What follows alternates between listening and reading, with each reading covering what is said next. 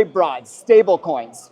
Every regulatory body, every country is doing their thing as they should. Every jurisdiction has to have their own licensing regulation.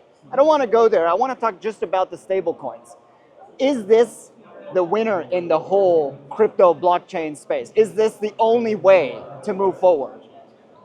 Well, this is, I wouldn't say the only way, but Right. it's actually a very crucial and strategic piece of the whole puzzle. Right. And let me explain why. Now, first of all, when you think about all these tokenized financial products, now all these products are already on chain.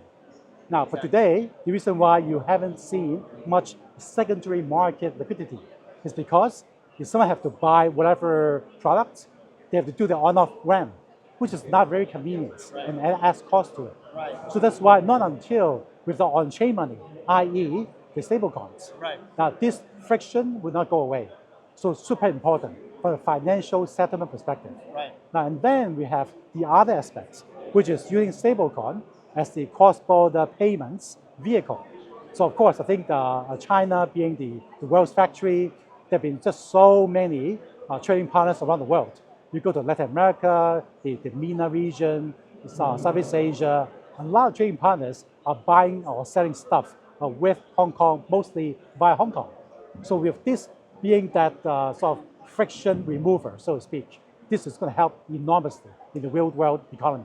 I used a really heavy word and only, right? The only option. But you just listed a lot of key high level points that without it, it's just not going to work. So remove only and put most important because settlement. The world is a very big but small place. We know that China is doing a lot of business in Africa, in LATAM, in the places that a lot of the Western countries are not there.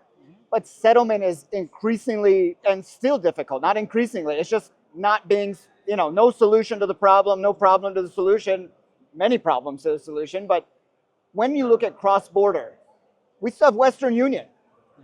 And it's still one of the biggest companies in the space. And we have the Indian population that has spread out around the world that is the largest user of this remittance story. PayFi and all these different aspects for payment, settlement, and solutions are key to like the MENA region, Dubai. I've been living there. They also have their stablecoin regulations. They do a lot of settlement. But specifically for China being Hong Kong as their sandbox for all of that, are you seeing that relationship flourish? Are you seeing, I don't want to put a date to it, but within the next 2 to 5 years, something of a stablecoin solution so that they can begin to settle their trade, if at the very high level? Well, in a way, the regulators are already doing a lot of groundwork.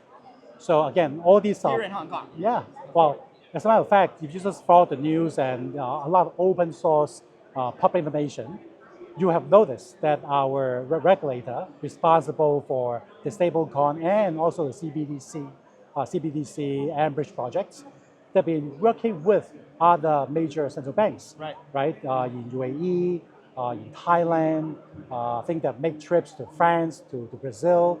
So of course, the details are probably not fully disclosed, but there's a reason why they have dialogues. It's because stablecoin is not isolated local market vehicle. This is something that is cross-border. So you need other jurisdictions that are also at the same level of sophistication and also the same standards to work together. So which is why Hong Kong MA is also at the forefront. We're working with a lot of international partners to make this happen. We all know that this is the third major financial hub of the world. We all know that. There's no levels when you compare 1, 2, 3, other than caps, numbers, billions, trillions. They're all just dots and decimals now with digitization, right?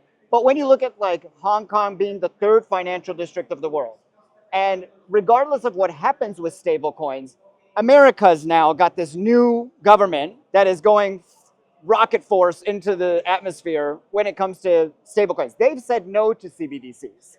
This administration has. Do you see a marriage between the two or a separation that's required between the two, CBDCs and stablecoins in and of itself? Well, first of all, we have to really look at the original intents of this innovation. Now, obviously, the CBDC has been around for some time, But then the original intention is to really use that as a way for different central banks, the wholesale banks, to kind of transact among themselves. So that was a lot of the initial thoughts. Now, whereas for stablecoins, because of this sort of organic growth, right, from the USDT, USDC, then a lot of the retail guys, right, the everyday citizens of different countries are getting used to it. Right. So you can argue there's already some kind of organic adoption at the more fundamental retail level. So the two, they don't have to be, first of all, mutually exclusive, but in a way they're already having different level of adoption. That's well said, because I think people are pinning them up against each other. I don't want a CBDC because it's central bank. Well, the stablecoins are kind of supporting that. For people that don't know, Tether is one of the largest holders of US treasuries. Do you see that as an option for Hong Kong, its own Tether, but also buying into the central assets of the country? Or is it going to be a partnership between maybe Tether and other stablecoins that are well established? Well, first of all, the different jurisdictions obviously would have different standards, Right. and naturally, I don't want to comment on any particular firm, but just think about it. We are talking about the transaction of currency or money, so there has to be fungible, right? So whatever works in one jurisdiction has to be accepted in another jurisdiction for this to really work in the long run. So I can imagine that going forward, there'll be some kind of harmonization of these kind of standards. So for firms that got the stand or whatever license in jurisdiction A, chances are, if they want to do business in another jurisdiction too, to facilitate a two-way trade, they also have got a license in another jurisdiction too. But for this to be fungible, the rules have over time will be evolving in a way that make it more commonly adopted. I really appreciate your time. I learned something that I want to share with you guys on stage of what you said. You said it very eloquently. You said, we have a large population of crypto OGs here in Hong Kong, but we also have some of the most sophisticated executives in TradFi here as well. I would argue no other country, the other two financial institutions in London and New York, have that, because they're either heavy on one side, 80-20, but you guys have a beautiful mix, potentially of 50-50. And I don't know if that's going to be the catalyst, but it's damn well a good one for the country. So I appreciate those words, because I come from Wall Street, but then once I learned about decentralized assets, my life changed, and I've been a Bitcoin researcher for 14 years. So when you said that, I was like, maybe I should have moved to Hong Kong a long time ago. But thank you for your time, King. Very nice to meet you again. Thanks for having me again. Take care.